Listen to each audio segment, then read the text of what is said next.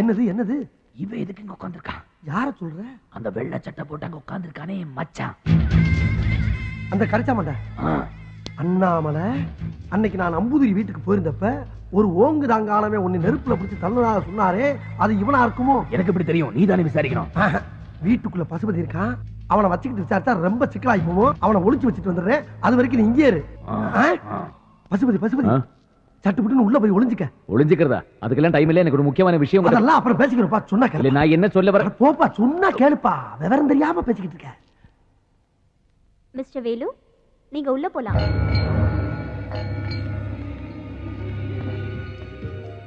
உட்காருங்க. ஒரு ஆவி கூட பேசுறதுக்கு அமௌண்ட் 1500 ரூபாய் தெரியுமில்ல? வாங்கிட்டாங்க.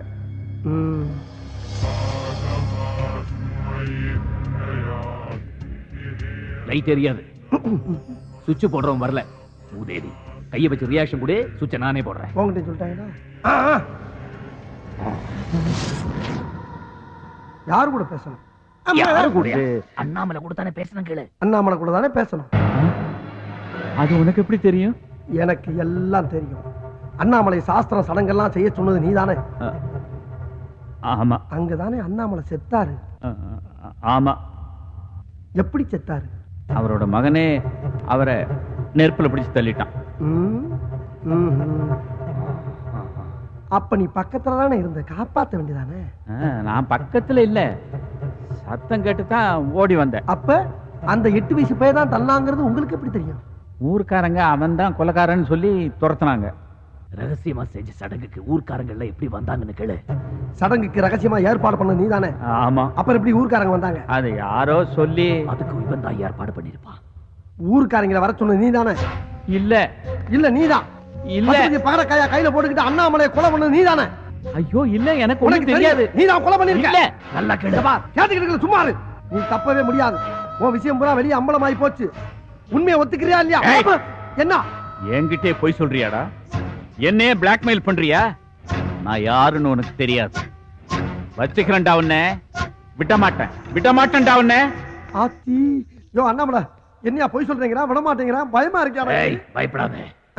ஆனா எனக்கு ஒரு சந்தேகம். என்ன? தப்பு பண்ணாதவன் எதுக்கு தடுமாறணும்? நான் ஒண்ணு பண்றேன். நான் அவனை ஃபாலோ பண்றேன். நீ பசுபதியை பாத்துக்க. சரி.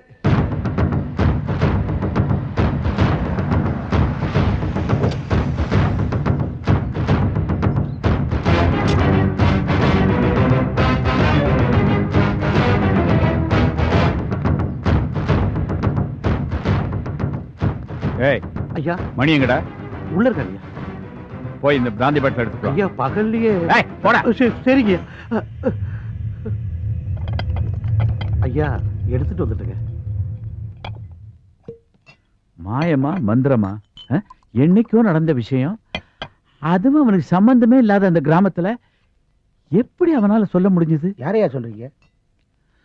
கோர்ட்ல பசுபதியோட ஒரு ஒட்டுத்தாடிக்காரனை பார்த்தேன். இதுக்கு முன்னால அவனையும் நான் பார்த்ததில்ல, என்னையும் அவன் பார்த்ததில்ல. யூகிச்சு சொல்றானா இல்ல உண்மையை சொல்றானான்னு தெரியல. அவன் சொன்னது மட்டும் போலீஸுக்கோ மற்றவங்களுக்கோ தெரிஞ்சா என் நிலைமை. அப்படி என்னதாங்கய்யா சொன்னான்? 22 வருஷத்துக்கு முன்னாடி கிராமத்துல அண்ணாமலை சாங்கியம் பண்ணானே, அதை நேர்ல நின்னு பார்த்தவன் மாதிரி சொல்றான். சொன்ன சொல்லிட்டு போறாருங்க. அவர் மகன் தள்ளி விட்டு தவறி விழுந்தானே செத்தாரு. மகனால இல்லடா, ஒருத்தன் அவனை தள்ளுனான். தள்ளுனானா? யாருங்க அது? நான் தான். ஐயா நிஜமாவா சொல்றீங்க? என் தங்கச்சியை கட்டி கொடுத்ததுனால அண்ணாமலைக்கு நான் மாப்பிள்ளைன்னு ஊர்க்காரங்க தான் சொன்னாங்களே தவிர அண்ணாமலை அப்படி நினைக்கவே இல்லை. அதை விட கேவலமா அந்த வீட்டுல சம்பளம் இல்லாத வேலைக்காரனா தான் வச்சிருந்தான். ஊர்க்காரங்க மாதிரி நானும் கைகட்டி நின்று தான் பேசணும். வார்த்தைக்கு வார்த்தை குத்தி காட்டியே பேசுவான். இந்த சொத்து பத்தெல்லாம் இருக்கிறதுனால தானே இந்த ஆட்டம் போடுறான். இந்த சொத்தெல்லாம் அவனும் சரி அவன் பரம்பரையும் சரி அனுபவிக்க கூடாதுன்னு நான் ஒரு திட்டம் போட்டேன். அண்ணாமலை மேல எனக்கு வெறுப்பு இருந்த மாதிரி அவன் மகனுக்கும் வெறுப்பு இருக்கிறத புரிஞ்சுக்கிட்டேன். அவனோட வாரிசை அவன் கூட என்னைக்கும் ஒட்டவிடக்கூடாதுன்னு நினைக்கிறேன்.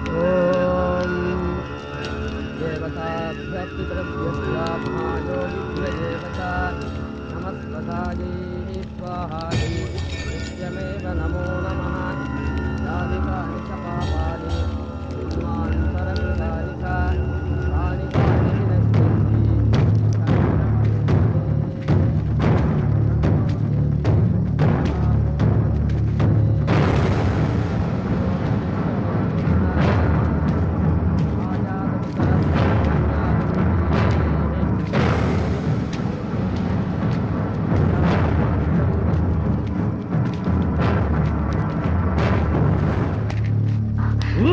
நீ இருப்பா, நான் பாத்துக்கிறேன்.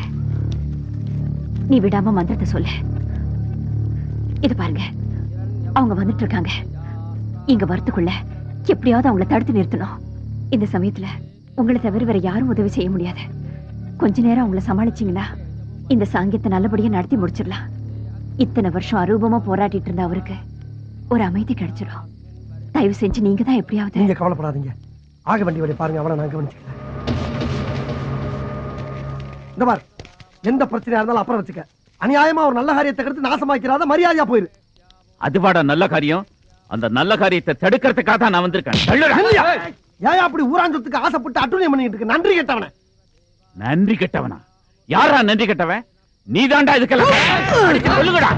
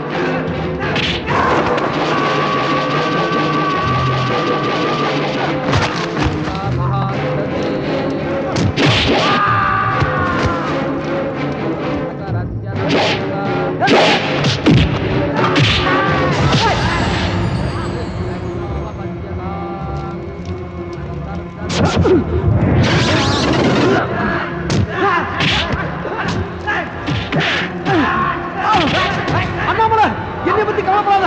நீ போய் ஆக வேண்டிய வழியை பாரு. போயிரு அண்ணாமலை, போயிரு போயிரு.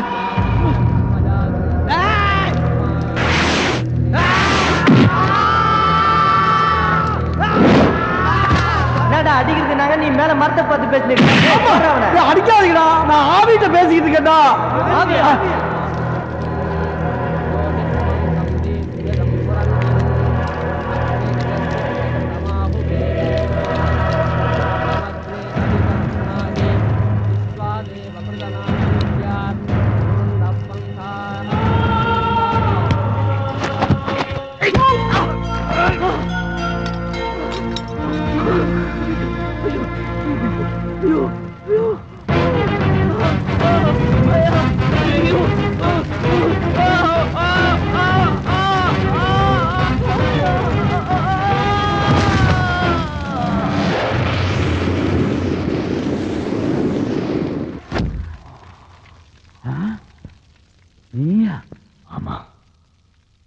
22 வருஷம் நீ அநியாயமா கொன்னே அதே அண்ணாமலைதான். உன்னால என்ன இப்ப பார்க்க முடியுது இல்ல? ஆமா. நான் பேசுறது உனக்கு கேக்குது இல்ல? ஆமா. எப்படி? ஏன்னா நீ செத்துட்ட. என்ன? நான் செத்துட்டேனா? ஆமா, திரும்பி பாரு. உன்னோட முடிவை பாத்தியா? உனக்கு இப்ப என்ன கிடைச்சது? கேவலம் மனுஷனால சம்பாதிக்க கூடிய சொத்து சுகத்துக்கு ஆசைப்பட்டு என்ன நெருப்பில தள்ளி கொன்ன. இப்ப அதே நெருப்பு ஒன்னையும் கொன்னுடுச்சு பாத்தியா? வாழற காலத்துல ஒரு மனுஷன் செய்யற நல்லது கெட்டது சாகர காலத்துல அவன் கூடயே வரும் சொல்லுவாங்க. நீ செஞ்ச கர்மா தான் உனக்கு இந்த முடிவு கொடுத்திருக்கு.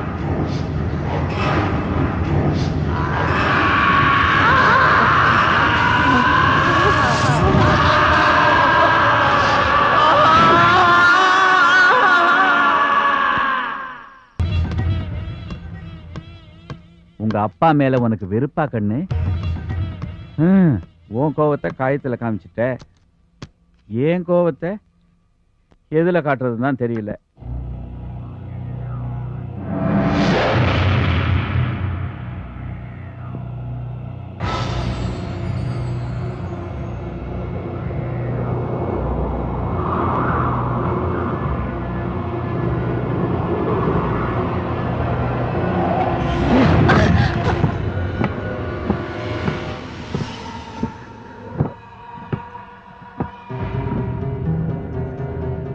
அழகு நாச்சியார அனாதைன்னு கூட்டிட்டு வந்து அவளை அண்ணாமலைக்கு கல்யாணம் பண்ணி வச்சேன்.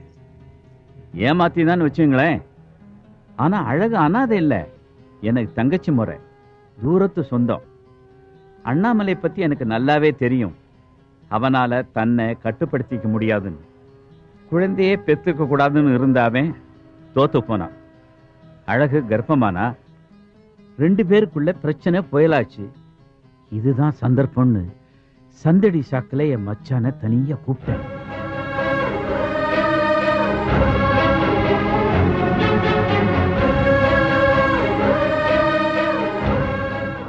காரணம் என்னன்னு தெரியுதா? தெரியல.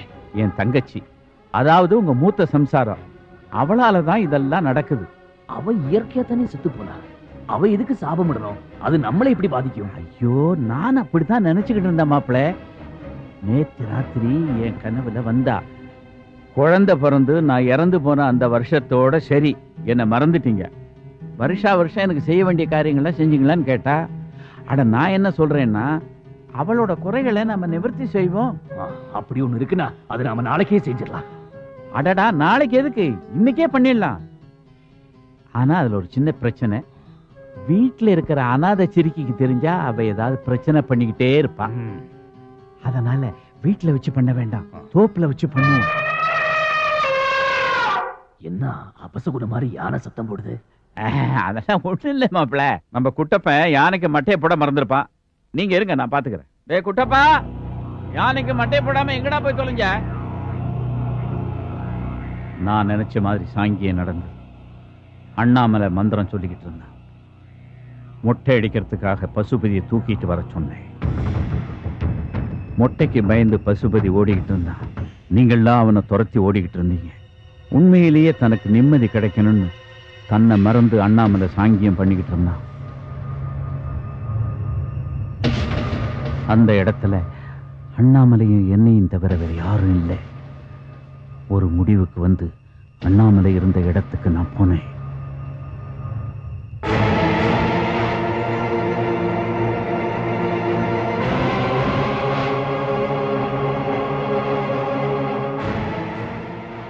அப்படியே அவன் முதுகுல எட்டி மிதிச்சேன்.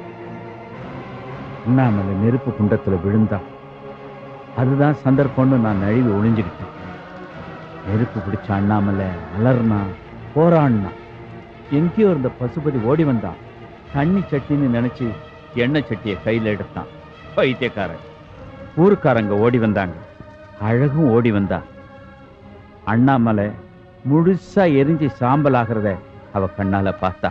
எண்ணெய் சட்டியோட பசுபதி நின்றுகிட்டு இருந்தான். அவன் செஞ்ச அந்த ஒரு காரியம்தான் அவனை கொலகாரன் ஆக்குச்சு, என்னை தப்பிக்க வச்சுது. பசுபதி ஓடினா. ஊருக்காரங்க துரத்துனாங்க. பழி அவன் மேல விழுந்துச்சு. பத்திரம் என் கைக்கு வந்துச்சு. அழக பொம்மையை வச்சுக்கிட்டு அத்தனை சொத்தையும் நான் தான் அனுபவிச்சுக்கிட்டு இருக்கேன். அண்ணாமலை சொத்துக்கு இப்ப மட்டும் இல்ல, எப்பவுமே நான் தான் அதிபதி. அட பாவி, நீ அவரை கொலை பண்ண. எனக்கு ஒரு வாழ்க்கை அமைச்சு கொடுக்கறதா நினைச்சேன். அந்த கல்யாணத்துக்கு சம்மதிச்சேன். ஆனா அதுக்கு பின்னாடி இவ்வளவு பெரிய திட்டம் போட்டிருக்கேன்னு இப்பதான் எனக்கு புரியுது. இத்தனை வருஷமா பசுபதி தான் அந்த கொலையா பண்ணான்னு நினைச்சேன். அவனை பழி வாங்கணும்னு துடிச்சிட்டு இருந்தேன். ஆனா இத்தனை வருஷம் இந்த உண்மையை மூடி மறைச்சு எங்களுக்குள்ள இருக்கிற உறவை பகையாக்கிட்டியடா. உன்னை சும்மா விட மாட்டேன். இப்பவே போலீஸுக்கு போய் சொல்றேன். போலீஸா? எங்கேயோ அனாதையா தெரிஞ்சுக்கிட்டு இருந்த உன்னை கூட்டிட்டு வந்து அரண்மனையில குடி வச்ச நாதியத்தை கழுத என்னைய போலீஸ்ல காட்டி கொடுக்க போற? ஆமாண்டா, இந்த அனாதைக்கு வாழ்க்கை கொடுத்தங்கிறதுக்காக நான் உன்னை சும்மா விட மாட்டேன். நீ செஞ்ச கொலையை இப்பவே பசுபதி கிட்ட போய் சொல்ல போறேன். இதனால என் உயிரே போனாலும் பரவாயில்ல. இப்ப சொன்ன பாரு, அதுதான் கரெக்ட். உயிர் லேட்டா போக கூடாது, உடனே போயிடணும். எந்த அளவுக்கு சாதுவோ அந்த அளவுக்கு வெளிமலை. உன்னை அவ்வளவு சீக்கிரம் வெளியே விட மாட்டேன்டி. விட்டா எனக்கு தான் ஆபத்து. இவ்வளவு திட்டம் போட்ட எனக்கு தெரியும்டி. என்னைக்கு இருந்தாலும் என்ன காட்டி கொடுப்பேன். ஓடி உள்ள.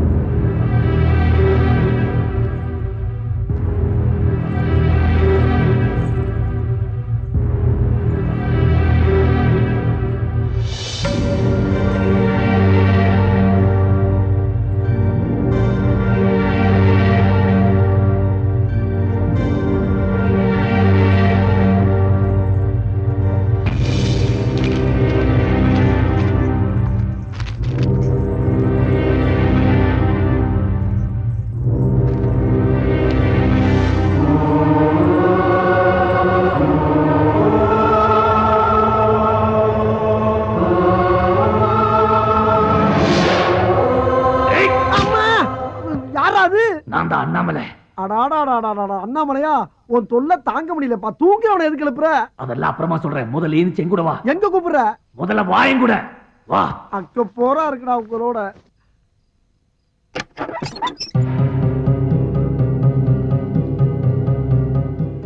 எதுக்கு வந்தீங்க? உன்கிட்ட பேசணும்.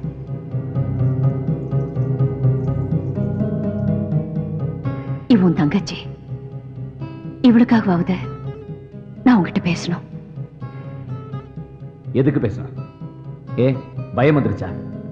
கோர்ட்டு கேஸ் சட்டம் இதெல்லாம் நம்பி பிரயோஜனம் இல்லை. தோத்துட்டா இதுவரைக்கும் அனுபவிச்ச சொத்துல கையை விட்டு போயிடுமே. அதனால நேரடியா வந்து பேரம் பேசுறான்னு கணக்கு போட்டு வந்திருக்கீங்கல்ல. ஒரு நிமிஷம் பேசாதீங்க. நீங்க பேசுறது எதுவுமே கேட்கிற நிலைமையில நான் இல்லை. அப்பா அம்மா சொந்தம் பந்தம் சொத்து சுகம் இது எதுவுமே இல்லாம ஒரு அனாதையா வீட்டுக்குள்ள நுழைஞ்சு என்ன அனாதையாக்கி சொந்த ஊர்ல வாழ விடாம என்ன ஊரை விட்டு துரத்திட்டீங்கல்ல. அதுக்கு என் தங்கச்சியை வேற சாக்கா வச்சுட்டேங்க. 22 வருஷமா என் மனசு எவ்வளவு துடிச்சிருக்கும். சத்தியமா சொல்றேன், உங்களை நான் சும்மா விட மாட்டேன். என்ன எப்படி துரத்தினீங்களோ அதே மாதிரி அந்த வீட்டுக்குள்ள நுழைஞ்ச உங்களை நான் துரத்தல. என் பேரு பசுபதி இல்லை. பேசி முடிச்சிட்டியா? இன்னும் ஏதாவது பேசணுமா? இப்ப நீ சொன்னியே சொத்து சுகம்னு, இதுக்கெல்லாம் ஆசைப்பட்டு நான் இங்க வரல. 22 வருஷமா எனக்கும் தெரியாம உனக்கும் தெரியாம ஒருத்த மனசுக்குள்ள புதைச்சு வச்சிருந்த ரகசியம் இன்னைக்கு அவன் மூலமாவே வெளியில வந்துருச்சு. அது உங்ககிட்ட சொல்லிட்டு போலான்னு தான் வந்தேன். உங்க அம்மாவுக்கு சாங்கியம் நடத்தினா நான் எங்க தடுத்துடுவேணுங்கிற ஒரே காரணத்துக்காக எனக்கு தெரியாம தோப்புல ஏற்பாடு பண்ணாரு உங்க அப்பா. நான் எதுக்காக தடுக்கணும்? அந்த சாங்கியம் ஒருவேளை வீட்லயே நடந்திருந்தா அந்த கொலையை தடுத்திருக்கலாம் இல்ல. இன்னைக்கு உங்க அப்பா உயிரோட இருந்திருப்பாரு. அன்னைக்கு நான் ஓடி வந்து பார்த்தப்போ ஊரெல்லாம் ஒன்னா சேர்ந்து நீதான் கொலைகாரன்னு ஒண்ணு துரத்துனாங்க. அது மட்டும்தான் என் மனசுல ஆழமா பதிஞ்சிருச்சு. கொலைகாரன் என் புருஷனை கொண்டவன். இதுதான் திரும்ப திரும்ப என்ன சாட்டையால் அடிக்கிற மாதிரி இருந்துச்சு. ஆனா இதுக்கெல்லாம் காரணம் யாருன்னு இப்பதான் தெரிஞ்சுக்கிட்டேன். வேற யாரும் இல்ல,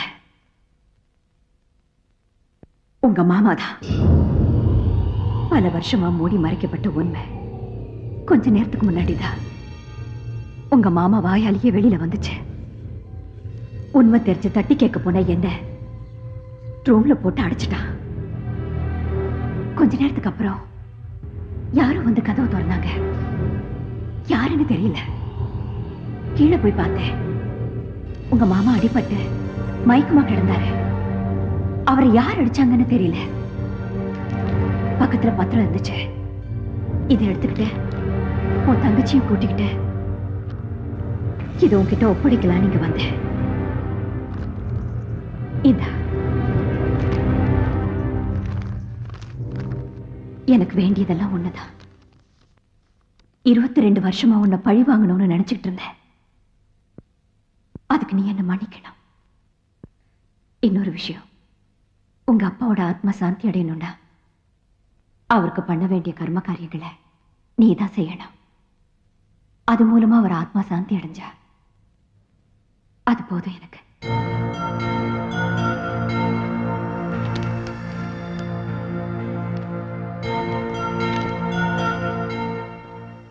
ஒரு நிமிஷம்.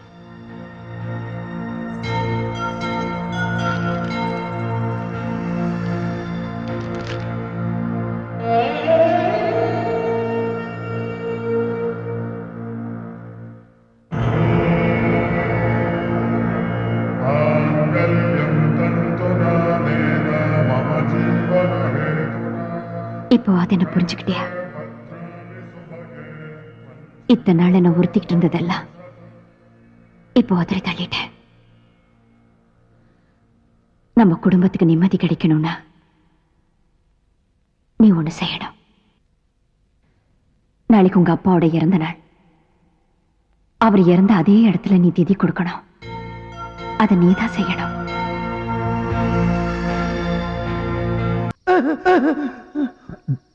நைனா,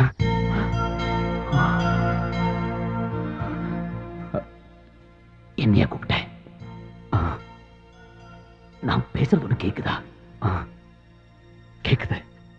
ஆமாங்க, எனக்கும் கேக்குது. 22 வருஷத்துக்கு முன்னாடி நான் கேட்ட அதே குரல் அப்படியே இருக்கு. அண்ணாமலை, இனிமேல் என் தெய்வம் உனக்கு தேவையில்லப்பா. ஏன்னா நீ பேசுறதுங்க எல்லாருக்கும் கேக்குது. ஒரு மக அப்பனைத்தான் நைனான்னு கூப்பிடுவா. ஆனா நீ உன்னை பெத்த அப்பனா நினைச்சு என்னையே நைனான்னு கூப்பிட்ட. இந்த ஒரு வார்த்தை தான் உன்னை எனக்கு அடையாளம் காட்டிச்சு. பிரிஞ்சிருந்த நம்மள ஒன்னா சேர்த்துச்சு.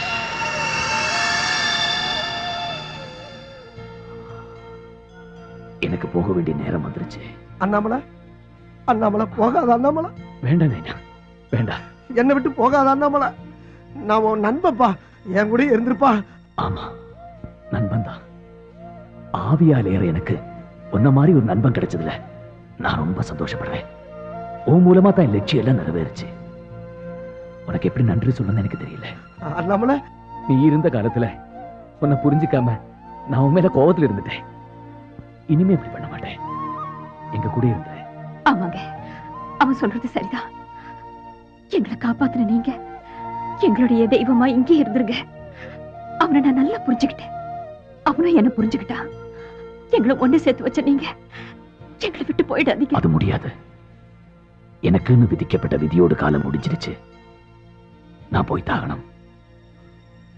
நான் உங்ககிட்ட கேட்கறதெல்லாம் ஒன்னே ஒண்ணுதான். நான் ஊருக்காக செஞ்ச நல்ல காரியங்கள் எல்லாம் அன்னைக்கு உனக்கு தெரியல, ஆனா இன்னைக்கு தெரிஞ்சிருச்சுல. என் காலத்தோட அதில் நின்னு போக கூடாது. உன் காலத்திலே அதில் தொடர்ந்து நடக்கணும். இந்த ஊரே உன்னை வாழ்த்தணும். செய்வேன் நைனா, செய்வேன். இனிமே ஒவ்வொரு நாளும் ஒவ்வொரு நிமிஷம் நீங்க செஞ்ச நல்லதே நானும் செய்வேன்.